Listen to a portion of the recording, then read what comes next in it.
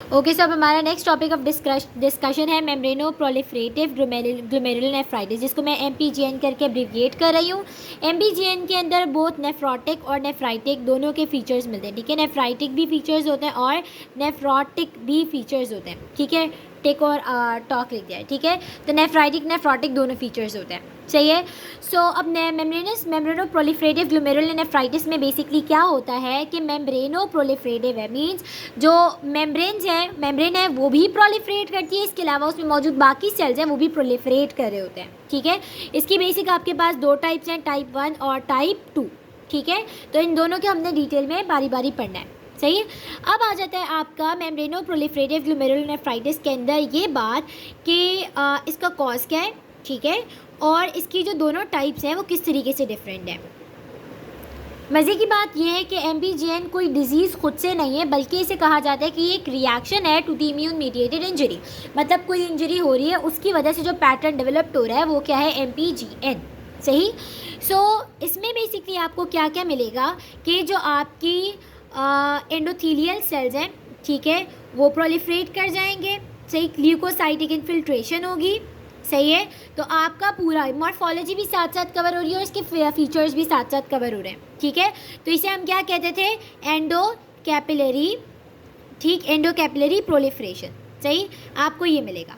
दूसरा ये कि जो आपकी GBM है, सही, इसमें आपको डिपॉजिट्स मिलते हैं, ठीक है। GBM के अंदर डिपॉजिट्स होते हैं, ठीक।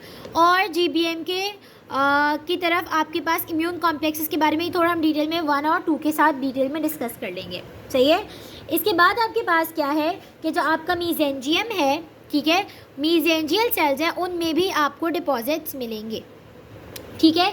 तो टाइप 1 और टाइप 2 ये तो आपकी एक बेसिक मॉर्फोलॉजी हो गई और किस क्या क्या चीज़ प्रोलिफरेट करती है उसकी बात हो गई, सही है। टाइप 1 और टाइप 2 में क्या फ़र्क है, टाइप 1 में आपको IgG, सही, और C3, ठीक है, मतलब दोनों इम्यून आपके पास चीज़ें मिलती हैं, IgG और C3 दोनों मिलती हैं। जबकि टाइप 2 जिसे हम डेंस डिपॉजिट डिजीज़ भी कहते हैं, सही, इसमें ख़ास तौर पर C3 ही इन्वॉल्व है, सही है। और इसकी पूरी क्लास है जिसे हम क्या कहेंगे, C3 ग्लोमेरुलोपैथीज़, सही है। ये हमने ग्लोमेरुलर डिजीज़ में स्टार्ट में ही पढ़ा था कि C3 ग्लोमेरुलोपैथीज़ क्या होती हैं, ठीक है। तो ये C3 डेंस डिपॉजिट डिजीज़ में आपको ये चीज़ मिलेगी, ठीक। अब यहाँ पे एक और बात आ गई कि इसको हम मीजेंजियो कैपिलरी प्रोलिफरेटिव नेफ्राइटिस भी कह सकते हैं, सही। टाइप 1 मैंने आपको बता दिया, टाइप 2 मैंने बता दिया, टाइप 2 के बारे में अलग से वीडियो की, डेंस डिपॉजिट डिजीज़ के नाम से, सही। अब आ जाती है मॉर्फोलॉजी कि मॉर्फोलॉजी में ये सारी चीज़ें तो आपकी प्रेजेंट हैं।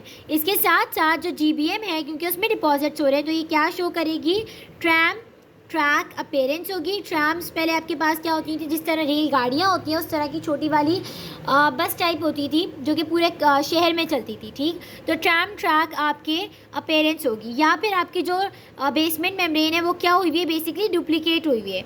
तो इस वजह से ट्रैक अपेरेंस है, जैसे यूं करके 2 लाइंस चल रही हो साथ साथ, सही।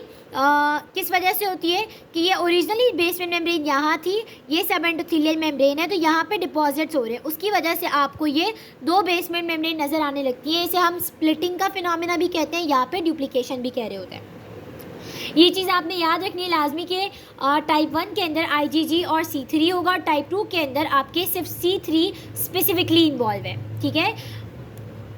और इम्यूनोफ्लोरेसेंस स्टेनिंग करवाएंगे तो भी आपको जो टाइप 1 है उसमें यही दोनों एंटीबॉडीज़ मिलेंगी, एक एंटीबॉडी IgG मिलेगी और C3 मिलेगा।